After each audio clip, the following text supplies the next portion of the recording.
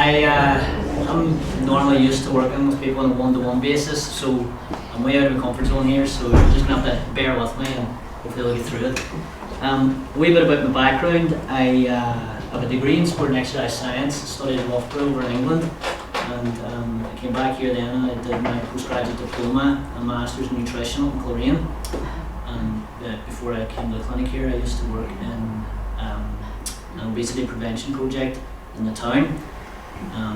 It was in conjunction with the NHS and NHSC, but I always had kind of an interest in sport and just saw kind of was a space for me up here, so John was kind of glad to have me. So far. So just go through what we're going to go through today.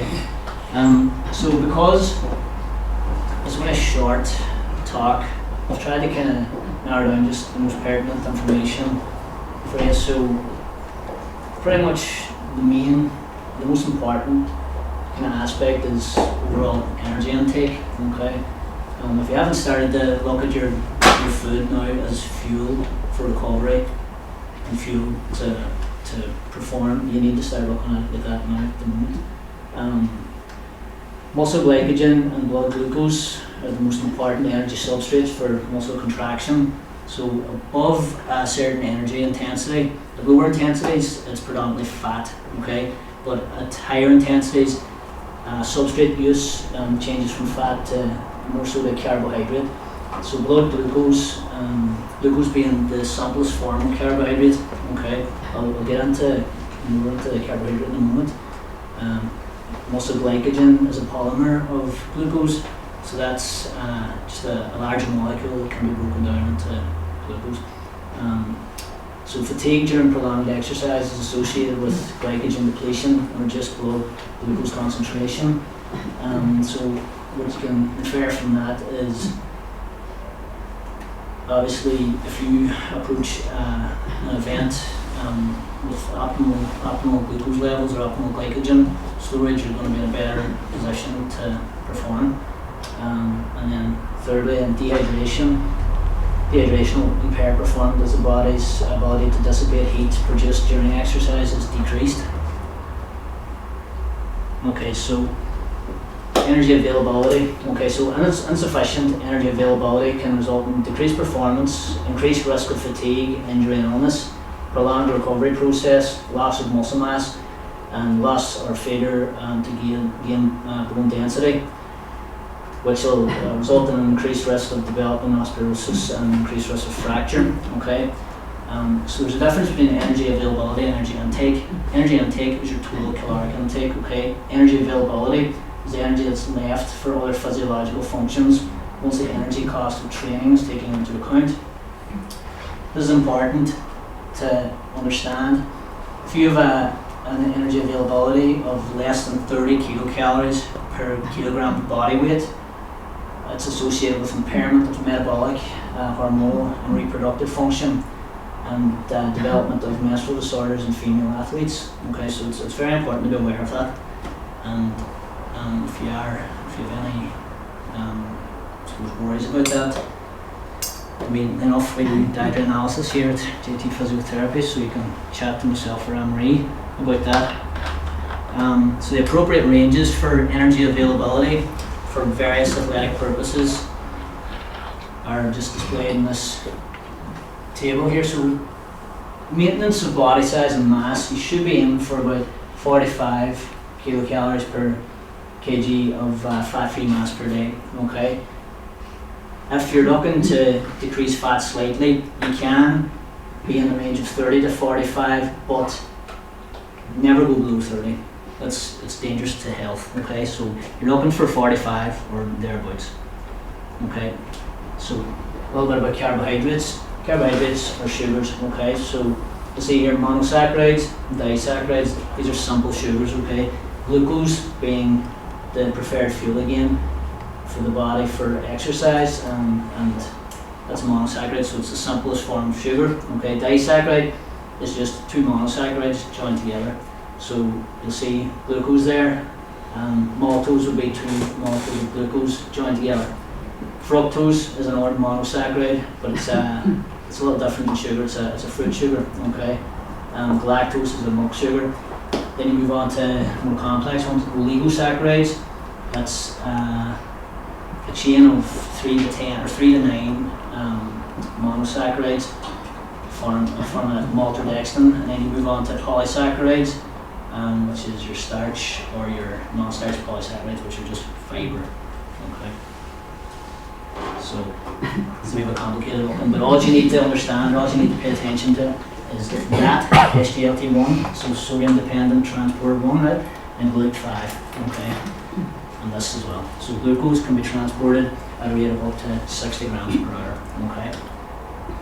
So in English, right, diet of carbohydrate oxidation is limited by intestinal absorption, okay. So when you take in carbohydrate, its usage is limited by how quick it can be absorbed in the intestine, alright. So there's two known intestinal carbohydrate transporters, sodium dependent SGLT1 and GLUT5, okay? So they transport carbohydrate across the cell membrane of the intestinal wall, okay? So the important thing to remember here is the glucose transporter is saturated at 1 gram per minute, okay? So that's 60 grams per hour. So that means that if you're taking in more than 60 to 70 grams per hour, you're not going to increase any more carbohydrate oxidation. Excess carbohydrate is going to be stored down in the intestine. The body can't do anything with it. But research has shown that the use of multiple transportable carbohydrates have resulted into up to a 75% increase in carbohydrate oxidation. Okay. So for this to occur, that glucose transporter needs to be saturated, so you have to take in 60 grams, okay?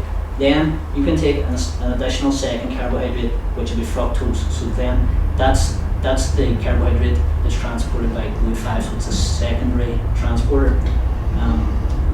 That has to be taken in at sufficient rates also for this to work.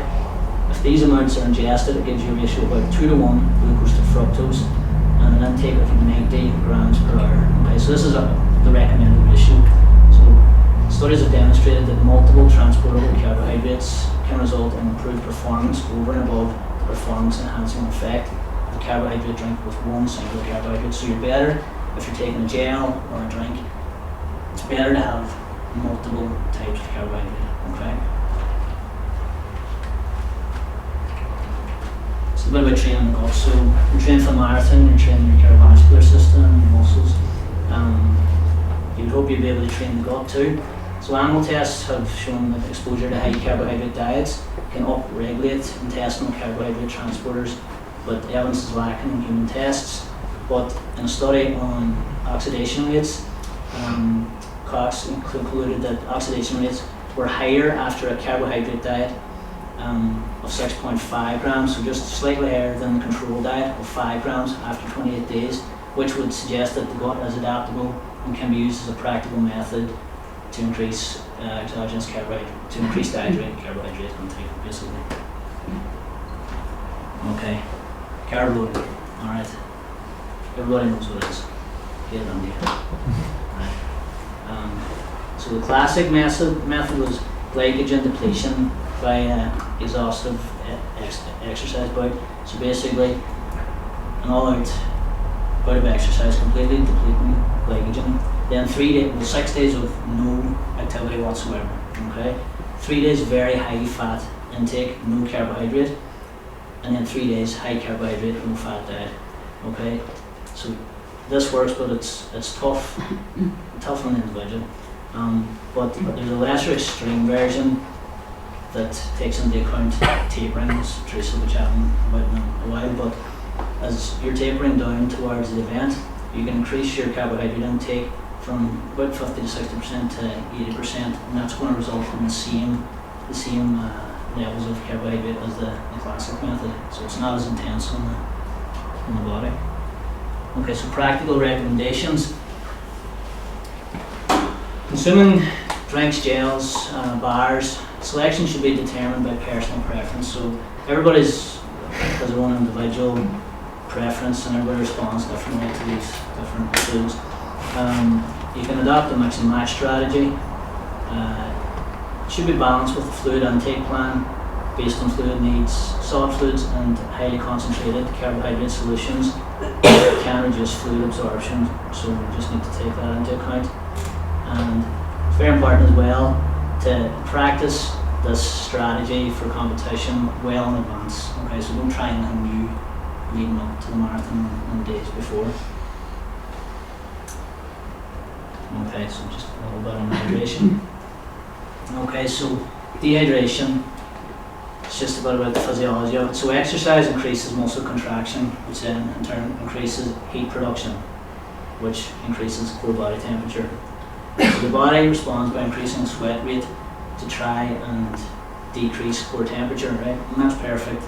That'll go so long until you're not hydrated. Okay, so it's a finite response. What will happen then is body fluids will start to decrease, okay, as you run out of water, which will result in decreased blood volume. And that's where the problem lies. Okay, so blood volume, when that's decreased, that decreases the ability to dissipate heat from the body's core. It also decreases stroke volume, okay? So that's important because cardiac output, so that's the amount your heart beats per minute, okay, the amount of blood it beats per minute, that is made up by stroke volume, which is the amount your heart beats per beat, the amount of blood it's sent around the body per beat, and multiplied by heart rate, so the number of times the heart beats per minute, okay. So the stroke volume falls, the body tries to compensate then by increasing heart rate. The result of this dehydration is decreased muscular endurance and overall physical performance. Okay, so the symptoms of dehydration, even 2 to 3% of body weight, dehydration can result in about a 10% decrease in muscle performance. So it's very important to prevent this. So symptoms: feeling faint, lightheaded, rapid heart rate, sunken eyes, dry mouth, headache. Okay. You can check the colour of your urine. Okay. It's not a very accurate, way of checking, but it'll give you an idea. So obviously, if it's dark, you're more dehydrated. Okay. You don't want it absolutely clear either. I'll go through that in a moment. You can also get a more accurate way of checking how dehydrated you are by weighing yourself naked before you go run. Okay. Then after the run, reweigh yourself. Okay. You'll see a difference there. That's going to tell you how much you're sweating. Take into account how much water you've drank as well throughout that, and that will give you an idea of your sweat rate. Okay. So electrolytes: sodium, potassium, chloride, magnesium, and calcium. Okay, so the reason they're important, they all carry a charge, which makes them vital for proper nerve impulses, proper electrical charge, and membrane potential. So they're important for muscle contraction, basically. Okay, so they also stimulate fluid absorption, promote fluid balance, decrease cramping, and help avoid hyponatremia or low blood sodium. Okay, so hyponatremia is defined as blood sodium less than 135 millimoles per litre. It can occur in slower runners. Okay, so runners who are taking over 4 hours, you have the greatest chance of drinking more fluid than they're sweating. Okay, so if you're running a couple of hours, we'll say 3-4 hours, and you're not losing any weight, or if you're gaining weight, you're going to be at serious risk of developing hyponatremia. Okay. So you should be losing some degree of weight. Drinking too much fluid dilutes the blood sodium concentration. The kidneys can't clear this extra water, cause the brain to swell. Symptoms again: weight gain, puffiness, nausea, headache, and it can be fatal. So aim to balance fluid intake with sweat losses to avoid both dehydration and hyponatremia for a safe marathon experience. Okay, so here's just guidelines from the American College of Sports Medicine. So before exercise, prehydration should be initiated several hours before to ensure correct absorption and normal urine input. Foods and drinks containing higher amounts of sodium, again, that's going to help hold on to fluid that you're taking in, and it's going to help increase thirst as well. So you'll be able to drink more as well. Fluid programs should be customised for each individual as well. So again, you can check your urine, but you're better off trying that way. You'll get a far more accurate picture, and then you'll be able to then aim to prevent less than 2% or prevent greater than 2% body weight loss during exercise. And again, as I said, 2 to 3% results in a 10% decrease in muscle power and endurance. Fluids should contain carbohydrates and electrolytes to maintain fluid balance and exercise performance. And then after exercise, normal meals and beverages, one juice, hydration, or just balance. For more rapid recovery is required. 1.5 litres of fluid per kg of body weight lost should be ingested. Again, higher foods and drinks and sodium will help here. Okay, so just a very brief summary. 2 to 4 hours before, you should be eating carbohydrates, slow release, okay, and a moderate amount of protein. So if you're about 60 kg, you should be looking to take in about 120 grams of carbohydrates, 15 grams of protein. So American College of Sports Medicine's example there is cinnamon porridge with banana and berries, okay. 80 kgs, as you increase weight, you're going to have increased requirements. So 80 kg, you'll need about 160 carbs to 20 grams of protein, and 100 kg, 200 grams carbs to 25 grams of protein. So say for the average 70 kilogram person, 140 gram carbohydrate pre-race meal could be either 2.5 cups of breakfast cereal, milk and a large banana, a large bread roll or 3 thick slices of bread and honey, 2 cups of boiled rice and 2 slices of bread, or 4 pancakes and half a cup of syrup, or again 60 grams of sports bar, 500 milliliters liquid meal supplement or fruit smoothie. Then again, just a few examples of protein. So 10 grams of proteins, 2 eggs, skim milk powder, 200 grams of yogurt, 35 to 50 grams of meat, fish or chicken, 2 cups of pasta, and so on. Okay, so then 30 minutes before, you should eat a small carb-based snack to slowly raise blood glucose levels. So again, we have this 30 to 60 grams recommendation. As you're doing this, try and eat a lot more complex carbohydrate rather than simple, because if you eat a simple carbohydrate, you're going to run the risk of developing rebound hypoglycemia. So as you eat the simple sugar and you start the race, okay, you're going to get an insulin response, you're going to get hypoglycemia directly after, just as you start the race, and you don't want that to happen. That's just the opposite of what you want. So during your run then, say the first hour, you don't really need to refuel, okay? Maybe water about 250 milliliters. Then going into the first and second hour, you're starting to require a carbohydrate, okay, replenishment. So 30 to 60 grams of carbohydrates, or 250 milliliters of liquid every 2 miles or so. Large banana, if you can tolerate it. Jelly beans or energy gels might be a better option. Okay, so you should use a carbohydrate that can be used rapidly, so glucose, sucrose, maltodextrin, or soluble starches. You'll see it on the ingredient list of whatever you're going to, be it a gel or a drink. You can buy a drink with one of these carb sources, or you can make your own. There's plenty of recipes on the internet to make your own carbohydrate drink. You can get it again from drinks or gels. Ingest no more than 70 grams per hour. If you use a carbohydrate source that contains mostly one type of carbohydrate, so that's just going back to the transport issue we were talking at the start. So again, if it's a single source of carbohydrate, you're going for 30 to 60 grams per hour. You're going to avoid drinks that contain only fructose or galactose. Okay, so again, you can just check the ingredients. If it says fructose on its own, avoid it, because you have a higher chance of developing gastrointestinal upset. Okay, so glucose and fructose, or maltodextrin and fructose, but try and avoid fructose on its own. Okay, and then after the run, so within 30 minutes, you're aiming to replenish energy and protein from muscle repair. Okay, so again, 60 kilogram person, you're up for 60 grams of carbohydrates, 20 grams of protein. Okay, 80 kilogram person, 80 grams of carbs, 25 grams of protein, and so on. drinking 1 to 1.5 litres of fluid for every kilogram of body weight lost through sweat, or just drink as normal. Thirsty, drink, but if you have been really dehydrated, try for the lactic approach. And then 2 hours after, and for the rest of the evening, try and eat carbohydrate again to replace the glycogen stores that you've spent during the event, and moderate amount of protein as well to just to rebuild any damaged muscle fibers. So again, it's 60 grams of carb, 20 grams of protein, and so on. And again, larger individuals are going to need more carbohydrate, more protein, and more fluid afterwards. So that is me. And if you have any questions, you can come up to me afterwards.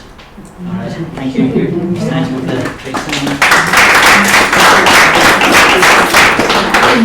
tricks.